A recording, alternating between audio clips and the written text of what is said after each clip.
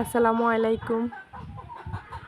আপনাদেরকে আম গাছ দেখাচ্ছি, দেখেন সবগুলা আম গাছের মধ্যে বোল পড়ছে।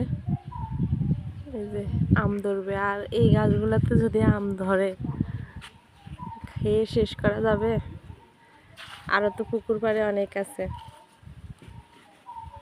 পুকুর পাড় পুরাটাই আম গাছ দিয়ে ভরা। এদিকে অনেকগুলা গাছ,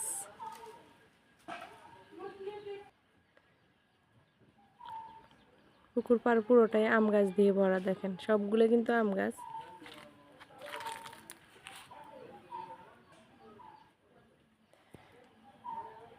এই আম গাছ সবসময় আম ধরতো আর আমরা খেতাম।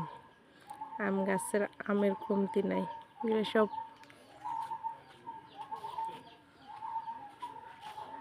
কি দারুণভাবে বোল পড়ে আছে, সবগুলোতে বোল ধরছে। আমের যে কি বলে, আমরা তো আমের বোল বলি, তো এগুলো আর কি।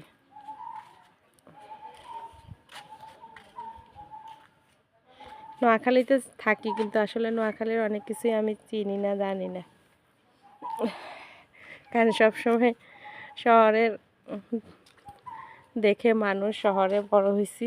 গ্রামের আসলে সব কিছুর ভাষা বলা যায় না। এই যে এদিকে অনেকগুলা, দেখেন কি সুন্দর মতো, আর আম ধরলে দেখার মতো হবে। চিন্তা করতেছি আমের সময় একবার আসবো। এগুলো সবগুলো আম গাছ। দূর থেকে অনেক কিছু অনেক অন্য গাছের মতো মনে হইতেছে, কিন্তু সবগুলা কিন্তু আম গাছ। এদিকে আমের বোল ধরে আছে, পুরোটা পুকুর পাড় আম গাছ দিয়ে ভরা। দারুণ লাগে এসব আসলে। আর এখানে পুকুরের পাড় একটা সিঁড়ি করা আছে, সবাই আসলে এখানে মজা করে, আনন্দ করে। খুব সুন্দর একটা পরিবেশ। বাড়িতে এখন লোকজন নাই, একেবারে নিরিবিলি হয়ে আছে বাড়িটা, লোকজন কম। মামারা আছে, আর দেখা যায় যে সবাই একসাথে আসলে অনেক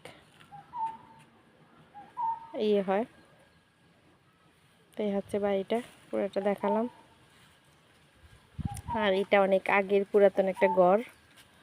এটাতে আগের দিনে যে কাজ করতো, যারা খেতে কাজ করে বা অনেকে কি বলে, ওনাদেরকে থাকার জন্য এই ঘরটা করছিল।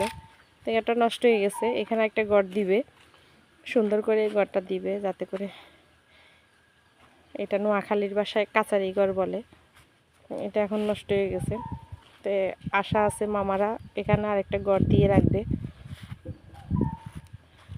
এই হচ্ছে বাড়ির সামনের অংশ।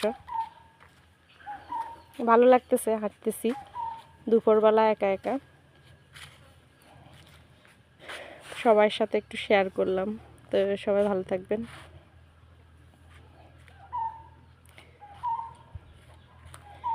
আজকের মতো বিদায়, আল্লাহ হাফেজ।